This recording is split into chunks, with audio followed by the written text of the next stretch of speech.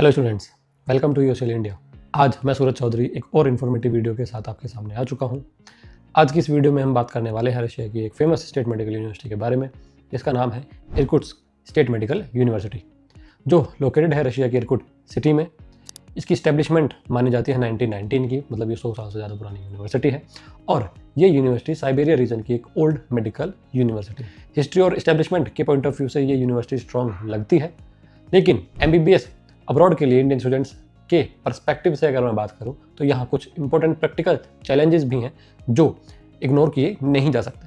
तो आज हम वीडियो में बात करने वाले हैं कि इस यूनिवर्सिटी में क्या पॉजिटिव पॉइंट्स हैं या क्या चैलेंजेस होते हैं जब आप इस यूनिवर्सिटी में एडमिशन लेने के बाद जाते हैं। तो चलिए शुरू करते हैं। अगर मैं बात करूँ इरकुट की पॉपुलेशन की, तो इरकुट की पॉपुलेशन करीबन 6.5 लाख है। डिस्टेंस की बात करूँ मॉस्को से तो करीबन 4200 किलोमीटर जो है इसका डिस्टेंस है फ्रॉम मॉस्को, जो कि एक अच्छा खासा डिस्टेंस कंसिडर किया जाना चाहिए। जो इरकुट सिटी है ये रशिया के साइबेरियन रीजन में लोकेटेड है। ये एक हिस्टोरिकल सिटी है, लेकिन ज्योग्राफिकली काफ़ी ज़्यादा रिमोट लोकेशन में ये यूनिवर्सिटी आती है। साइबेरिया रीजन में भी बेसिकली ये ईस्टर्न साइबेरिया रीजन में पड़ती है। मेट्रो सिटीज़ के कंपैरिजन में यहाँ का जो लाइफ स्टाइल है वो काफ़ी ज़्यादा सिंपल है और लिमिटेड साइड है। और जो इंटरनेशनल स्टूडेंट्स हैं उनके लिए जो फैसिलिटीज़ हैं वो कहीं ना कहीं थोड़ी सी रिस्ट्रिक्टेड है या लिमिटेड मानी जा सकती है। अब अगर मैं बात करूं इरकुट की कनेक्टिविटी की, तो यहाँ पे खुद का इरकुट्स्क का इंटरनेशनल एयरपोर्ट लोकेटेड है, बट रशिया की बाकी सिटीज़ की तरह यहाँ भी डायरेक्ट फ्लाइट आपको देखने को नहीं मिलती। अगर आपको इंडिया से इरकुट्स्क ट्रैवल करना है तो आपके पास 3 ऑप्शन है। पहला कि आप दिल्ली से पहले मॉस्को जाओ, देन मॉस्को से आप इरकुट्स्क जाओ। दूसरा ऑप्शन है कि आप दिल्ली से ताशकंद जाओ उज्बेकिस्तान, फिर वहाँ से आपको कनेक्टिंग फ्लाइट लेनी पड़ेगी इरकुट्स्क तक। तीसरा ऑप्शन है कि इंडिया से आप पहले दुबई जाओ, देन दुबई से आपको दोबारा से फ्लाइट लेनी पड़ेगी इरकुट्स्क तक। तो ये जो ट्रैवल है वो थोड़ा सा कहीं ना कहीं हेक्टिक लग सकता है। जो यहाँ पे ट्रैवल टाइम है वो भी काफ़ी ज़्यादा हो सकता है, क्योंकि अगर मैं इंडिया से मॉस्को की डिस्टेंस की बात करूँ तो करीबन 4500 किलोमीटर है, और मॉस्को से एयरपोर्ट की जो डिस्टेंस है वो दोबारा से 4200 किलोमीटर है। मतलब आपको डबल ट्रैवल करना पड़ता है लेओवर के साथ। लेओवर के साथ कभी कभी जो ट्रैवल टाइम है वो हमारा 20 से 24 घंटे भी चला जाता है, जो कि एक नेगेटिव पॉइंट है अगर आप एज ए स्टूडेंट ट्रैवल करने वाले हैं इरकुट सिटी में। तो चाहे आप बात करें इमरजेंसी ट्रैवल में अगर आपको करना पड़ता है या वेकेशन के टाइम पे आपको ट्रैवल करना पड़ता है, तो यहाँ पे ट्रैवल करने में डिफिकल्टी भी होती है, और कहीं ना कहीं जो पूरा एक्सपीरियंस है वो काफ़ी ज़्यादा हेक्टिक साइड चला जाता है। अब अगर हम बात कर लेते हैं इरकुट के क्लाइमेट और वेदर की, तो जो इरकुट का जो क्लाइमेट है वो एक्सट्रीम कॉन्टिनेंटल साइबेरियन टाइप का माना जाता है, क्योंकि यहाँ पे जो समर्स हैं वो फिर भी थोड़ा वार्म साइड होती हैं। जो टेम्परेचर है वो हमारा 20-22 डिग्री सेल्सियस तक चला जाता है, लेकिन जो विंटर्स होती हैं वो साइबेरियन रीजन की होने की वजह से काफ़ी ज़्यादा एक्सट्रीम होती हैं। जहाँ का एवरेज टेम्परेचर है दिसंबर, जनवरी, फरवरी में वो -15 से -27 या -30 डिग्री तक भी चला जाता है। और जो लोएस्ट टेम्परेचर यहाँ पे रिकॉर्डेड है वो -49 डिग्री सेल्सियस यहाँ पे रिकॉर्डेड है, जो कि बहुत ज़्यादा हार्श क्लाइमेट है अगर आप इंडियन स्टूडेंट्स के तौर पर यहाँ पर जा रहे हैं। अब अगर मैं बात करूँ, ये वेदर एडजस्टमेंट जो है वो काफ़ी चैलेंजिंग होता है, स्पेशली फर्स्ट और सेकंड ईयर्स में। लॉन्ग विंटर सीजन की वजह से बाहर निकलना काफ़ी ज़्यादा लिमिटेड हो जाता है।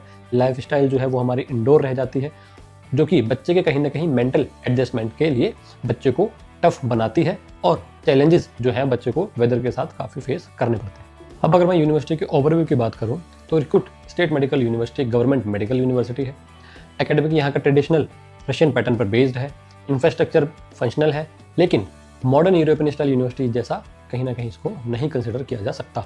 और रशिया की जो बाकी एडवांस यूनिवर्सिटी हैं उनसे भी ये थोड़ा पीछे रह जाती है। MBBS प्रोग्राम जो है वो यहाँ पे आपको इंग्लिश मीडियम में ऑफर होता है, लेकिन प्रैक्टिकल फेस में रशियन लैंग्वेज की डिपेंडेंसी काफ़ी ज़्यादा होती है, क्योंकि ये जो सिटी है ये मॉस्को से काफ़ी ज़्यादा डिस्टेंस पे है। तो जो इंग्लिश का इन्फ्लुएंस है या जो इंग्लिश नॉन पीपल्स हैं वो यहाँ पे ज़्यादा नहीं होते।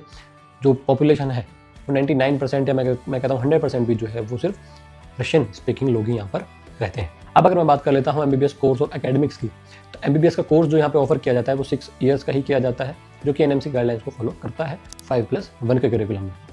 इसी के साथ साथ NMC अप्रूव्ड यूनिवर्सिटी की होने की वजह से आपकी जो डिग्री है वो इंडिया में 100% वैलिड मानी जाती है। बेसिक मेडिकल सब्जेक्ट जो है वो यहाँ पे आपको इनिशियल ईयर्स में पढ़ाए जाते हैं। टीचिंग पैटर्न जो है वो थोड़ा ओल्ड स्टाइल थ्योरेटिकल फोकस पर ही थोड़ा ज़्यादा बेस्ड है, क्योंकि जो यूनिवर्सिटी है वो थोड़ी ट्रेडिशनल यूनिवर्सिटी है, तो जो पैटर्न ये फॉलो करती है ये थोड़ा थ्योरी सेंट्रिक ही बच्चों को रखती है। इंटरेक्टिव लर्निंग की बात करूँ, अगर मैं मॉडर्न टीचिंग टूल्स की बात करूँ, तो यहाँ पर थोड़ा लिमिटेड लेवल पर आपको देखने को मिलेंगे एज अ मेडिकल स्टूडेंट। अब अगर हम बात करते हैं यूनिवर्सिटी के हॉस्पिटल्स और यहाँ पर मिलने वाले क्लिनिकल एक्सपोजर की, तो यूनिवर्सिटी के साथ एफिलिएटेड गवर्नमेंट हॉस्पिटल्स हैं जहाँ पर स्टूडेंट जो है वो अपने लास्ट के 1 ईयर की इंटर्नशिप फेज में प्रैक्टिस करते हैं। पेशेंट फ्लो भी यहाँ पे आपको मॉडरेट देखने को मिल जाता है, क्योंकि जो पॉपुलेशन है वो 6 लाख है, तो उतना ज़्यादा नहीं मिलेगा, बट हाँ मॉडरेट लेवल का आप इसको कंसिडर कर सकते हैं।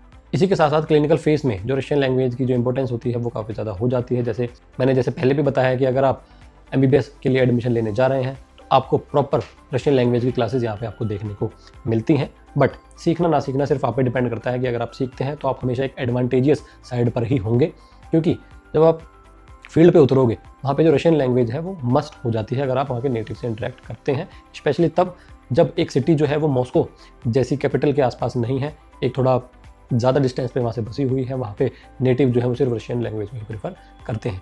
वहाँ पे जो रशियन लैंग्वेज की इंपॉर्टेंस है वो काफ़ी ज़्यादा हो जाती है। अब अगर मैं बात करूँ इस यूनिवर्सिटी में इंडियन स्टूडेंट्स की प्रेजेंस और इंडियन कम्युनिटी की, तो वो थोड़ा लिमिटेड साइड पर ही है, क्योंकि यहाँ पे ज़्यादा बच्चे नहीं पढ़ते। बेसिकली इंडियन स्टूडेंट्स ज़्यादा यहाँ पे इसको यूनिवर्सिटी को कंसिडर नहीं करते हैं, क्योंकि हार्श विंटर्स होने की वजह से जो इंडियन स्टूडेंट्स यहाँ पर जाते हैं वो काफ़ी ज़्यादा चैलेंजेस देखने को मिलते हैं। जैसे मैंने पहले भी बताया, विंटर्स में जो यहाँ का जो एवरेज टेम्परेचर है वो -15 से -27 या -30 डिग्री तक ही रहता है। तो इंडियन स्टूडेंट्स यूनिवर्सिटी को ज़्यादा कंसिडर नहीं करते, बट हाँ फिर भी एक मॉडरेट अमाउंट का नंबर जो है इंडियन स्टूडेंट्स का वो यहाँ पे पढ़ रहे हैं। अगर मैं फीस स्ट्रक्चर और लिविंग कॉस्ट की बात करूँ तो यहाँ की जो ट्यूशन फीस है वो एक एवरेज रेंज में कंसिडर करी जा सकती है। अगर मैं रशिया के कंटेक्स्ट में बात करूँ, गवर्नमेंट हॉस्टल यहाँ पे आपके देखने को मिल जाते हैं, वो भी रीजनेबल फीस में आपको देखने को मिल जाएंगे, इजीली अवेलेबल हो जाते हैं, क्योंकि पहले ही यहाँ पे जो इंडियन स्टूडेंट्स हैं वो ज़्यादा जाना पसंद नहीं करते। लेकिन जो यहाँ पे जो लिविंग कॉस्ट है वो थोड़ी सी हायर साइड है, क्योंकि जो आपकी विंटर यूटिलिटीज़ होती हैं या जो क्लोथिंग होती हैं उसमें आपके एक्स्ट्रा कॉस्ट जो है वो जाने वाली है। इसी के साथ साथ जो फूड की अवेलेबिलिटी है, इंडियन फूड की बेसिकली अवेलेबिलिटी है, वो बहुत ज़्यादा लिमिटेड साइड में है। ज़्यादा इंडियन रेस्टोरेंट्स नहीं हैं, ज़्यादा इंडियन मैसेज नहीं है। हाँ, रॉ मटेरियल जो है फूड के लिए वो आपको अवेलेबल हो जाएगा, उसके लिए थोड़ी बहुत आपको दिक्कत होंगी, बट हाँ वो मैनेजेबल है, आप सेल्फ कुकिंग यहाँ पर कर सकते हैं। अब हम बात कर लेते हैं कुछ मेजर प्रैक्टिकल ड्रॉबैक्स की, या ड्रॉबैक्स नहीं, कुछ चैलेंजेस की जो यहाँ पे आपको फेस करने पड़ सकते हैं।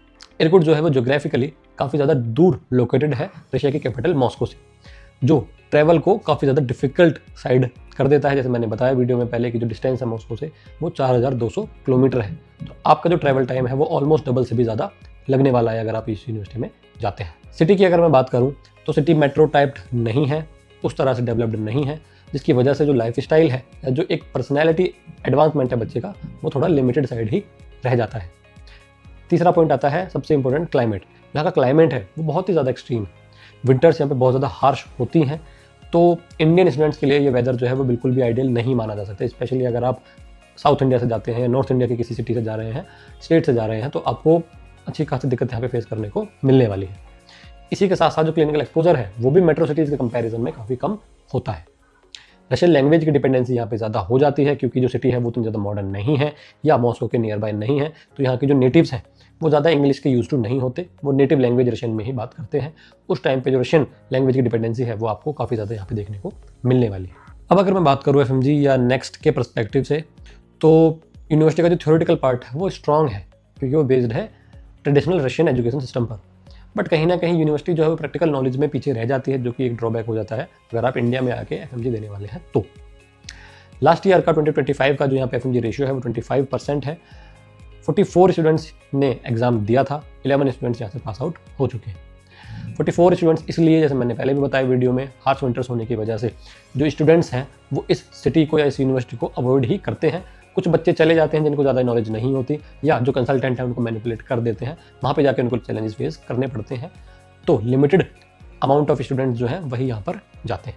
अब बात कर लेते हैं हम यूनिवर्सिटी के फाइनल वर्डिक्ट के बारे में कि यहाँ पर आपको एडमिशन लेना चाहिए या नहीं लेना चाहिए। तो Irkut state medical university history और एकेडमिक्स के पॉइंट ऑफ व्यू से एक ओल्ड इंस्टीट्यूशन माना जा सकता है, लेकिन अगर मैं बात करूँ इंडियन स्टूडेंट्स के पर्सपेक्टिव से या प्रैक्टिकल पर्सपेक्टिव से देखा जाए, तो जो इरकुट सिटी है वो बहुत ज़्यादा लिमिटेड है, या बहुत ज़्यादा एक रिमोट सिटी इसको कहा जाता है। क्लाइमेट एक्सट्रीम देखने को यहाँ पे आपको मिलता है, लाइफ स्टाइल लिमिटेड है, ट्रैवल डिस्टेंस काफ़ी ज़्यादा है, और क्लिनिकल एक्सपोजर भी उतना अच्छा नहीं कहा जा सकता। आपको एवरेज या मॉडरेट टाइप का क्लिनिकल एक्सपोजर यहाँ पे आपको देखने को मिलता है। तो ये यूनिवर्सिटी उन स्टूडेंट्स के लिए सूटेबल नहीं मानी जा सकती जो कंफर्ट, मॉडरेट क्लाइमेट और स्ट्रॉन्ग क्लिनिकल एक्सपोजर को एक्सपेक्ट कर रहे हैं।